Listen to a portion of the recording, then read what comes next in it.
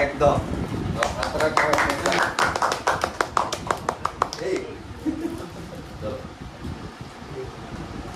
স্টুডেন্টরা সবাই খাও।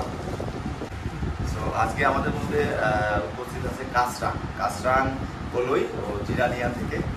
তোমরা আগেও কাসরাংয়ের ছবি হয়তো দেখেছো, যে আমরা কাসরাংকে বেসিক্যালি আজকে সম্বর্ধনা দেব। কিসের জন্য সম্বর্ধনা দেব কাসরাং সেটা নিজে বলবে। আর আমাদের সঙ্গে আমার সাথে আছে স্যারের নাম নিজেই বলবো, আকাশ স্যার আর সুব্রত স্যার আছে।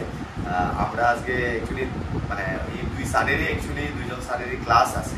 একজনের ক্লাস কমপ্লিট হয়ে গেছে আর এই স্যারের লয়ার এন্ট্রান্সের ক্লাস আছে। তো এই কারণে আমরা তিনজন স্যারই যেহেতু একসাথে আছি, তো এই কারণে আজকে কাসরাংকে সম্বোধনা দেবো।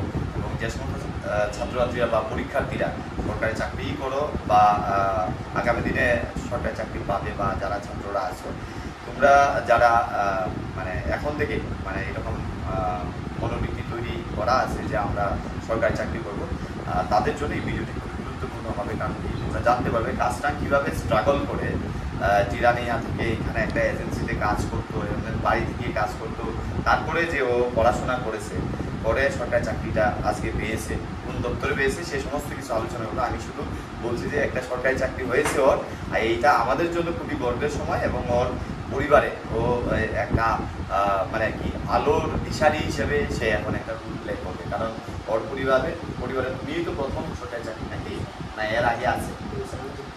কাসরাং মিডিলে চলে আসো, এখানে চলে আসো। তো আমাদের ইনস্টিটিউটের তরফে হ্যাঁ আমরা এই ছোট্ট জিনিসটা তোমাকে দিলাম একটা স্মৃতি হিসেবে থাকবে তোমার থেকে আমরা জানবো যে অ্যাকচুয়ালি তুমি কীভাবে মানে প্রস্তুতি নিয়েছি। আগামী দিনে তোমার ছোট ভাই বোনরাও পরীক্ষা দেবে, প্রথমে তোমার ছোট্ট কাহিনী বলো যে কীভাবে পড়াশোনা করলে তোমার, ঠিক আছে?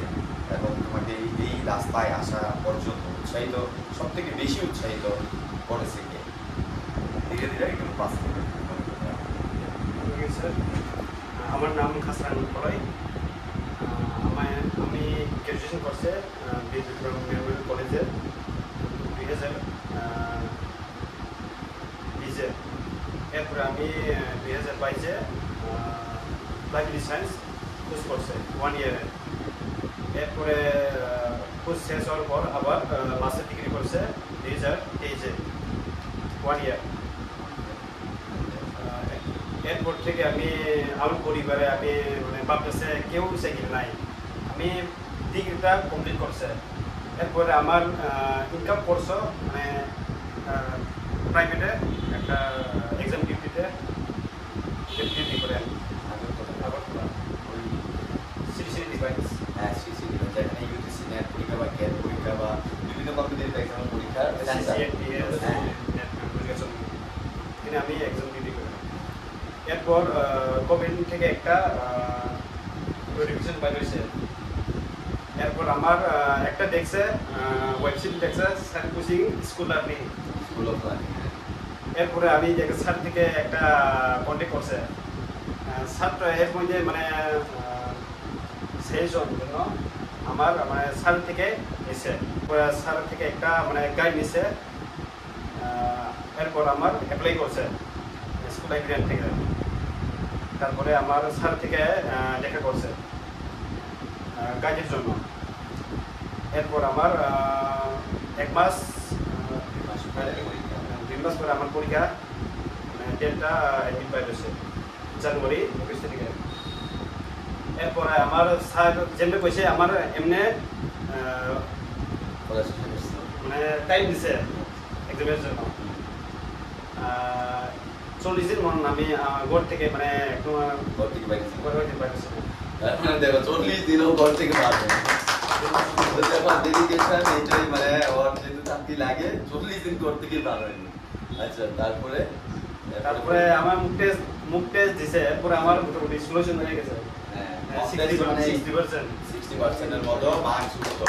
মুখ টেস্ট দেওয়া জরুরি, কারণ তোমরা মুখ টেস্ট বলি। আচ্ছা তারপরে ধরো আমরা এটা জানলাম মেরিট লিস্ট এখন তোমার নাম আছে, কত নম্বর র্যাঙ্ক তোমার? 125 জন চাকরি তো, এর মধ্যে কত নম্বর তোমার? 100 এর মধ্যে 37 ফাইন। আর মেইন যে এটা তো আমরা জানলাম, তোমার বাড়িতে কে কে আছে? আমার বাড়িতে আমার মা আছে, আমার বাবা আছে, আমার ভাই আছে, আমি ছোট মানে ছোট ছোট। আর এমনিতে তোমাদের রিলেটিভ আত্মীয় স্বজনের মধ্যে কারো চাকরি নাই? আমার এই বছরেও আমার বোন একদম পাইছে ত্রিপুরা কোঅপারেটিভ ব্যাংকে। কোঅপারেটিভ ব্যাংকে? বাহ, কেমন মাসি মাসির দিকে? আচ্ছা, আর এখন তোমার পরিবার মানে তোমাদের যে জেনারেশন আছে বাবার দিকে, বাবার দিকে কেউ আছে কি? আমার খুব পরিবারের মানুষ মানে লোক, হ্যাঁ। আমার বাবার কেউ চাই না, আগে ফটো পেয়েছে। মানে এই প্রথম জেনারেশন এটা ওর জন্য খুবই খুবই মানে খুশির দিন এবং তার গোটা পরিবারের জন্য। আর যে সমস্ত ছাত্রছাত্রীরা আছো যে এরকম যে আমাদের পরিবারে তো চাকরি হয়ই না, অনেকে মিসপারসেপশন আছে যে চাকরি এইভাবে হয় না, অনেক উল্টাপাল্টা জিনিস বলে অনেকে যে এগুলো নাকি মানে অনেক লম্বা হাত থাকতে নাকি ইত্যাদি ইত্যাদি বলে। এগুলো ভুল পারসেপশন, ঠিক আছে? কাজটাং একেবারে নিম্ন মধ্যবিত্ত ঘর থেকে এসে এই চাকরিটা মানে ও হাসিল করতে পেরেছে, বিকজ ও লাস্ট মোমেন্টে অনেকে আমরা কি করি, হাল ছেড়ে দিই যে আমার রাস্তা মানে আমি যেদিকে যাচ্ছি সেটা কি সঠিক কিনা, whether it is okay the correct way or not, how to identify.